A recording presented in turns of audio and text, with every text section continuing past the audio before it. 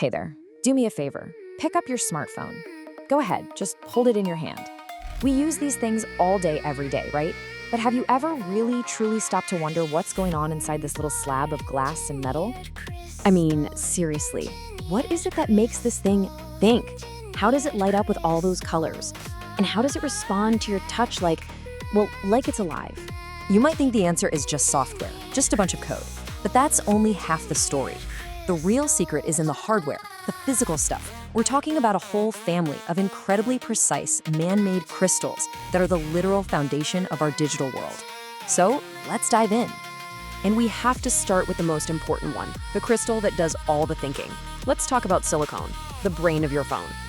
So, silicon is the undisputed king of semiconductors. Now, semiconductors are just materials that can be told to either let electricity flow or stop it completely.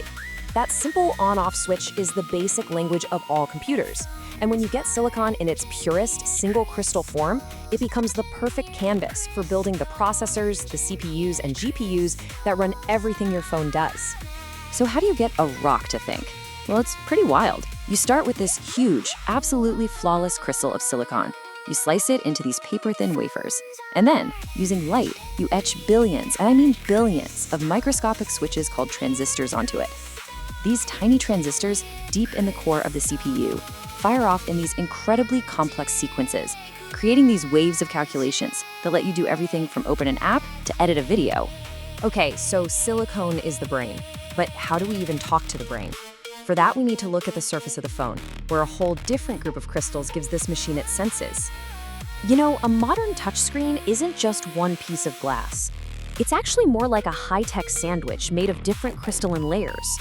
Each layer is a specific type of crystal, engineered to do one job really, really well.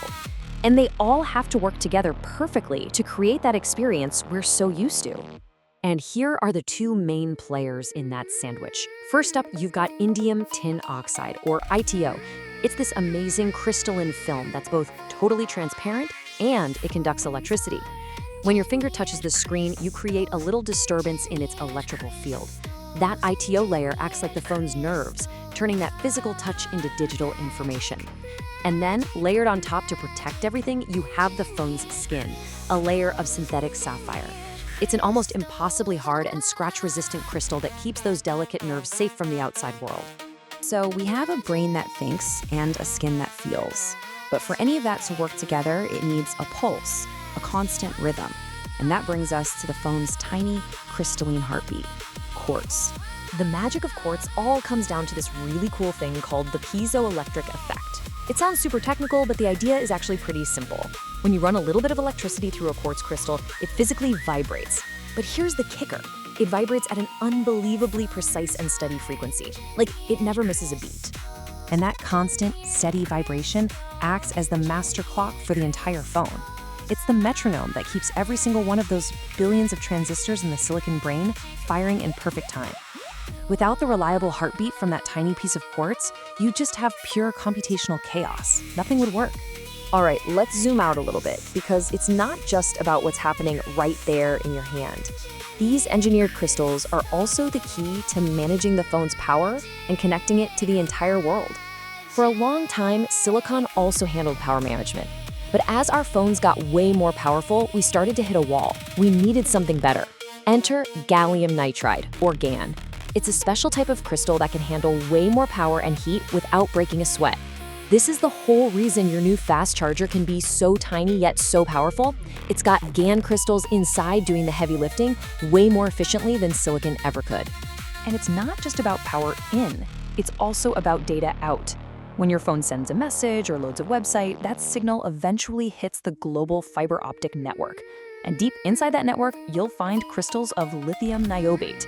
These things can actually change the way they bend light when you apply electricity to them, acting like super fast switches that route your data across oceans at literally the speed of light.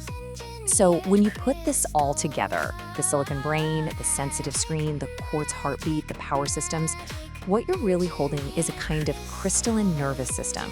And what's fascinating is how this artificial system kind of mirrors our own biology, but in a totally different way.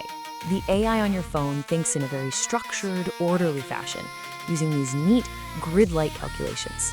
Our own nervous system, on the other hand, is this beautifully messy, chaotic biological web where everything connects to everything else all at once.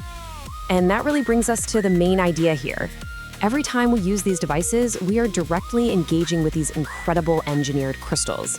They're the medium that helps us think, the source of the light that glows with all this information, and the surface through which we digitally feel and interact with the world. So at the end of the day, we're building this deeper and deeper connection between our messy biological selves and these perfect, structured, crystalline systems. And that leaves us with a pretty profound question to just sit with for a minute. What does it really mean when our own nervous system interfaces so directly with a crystalline one?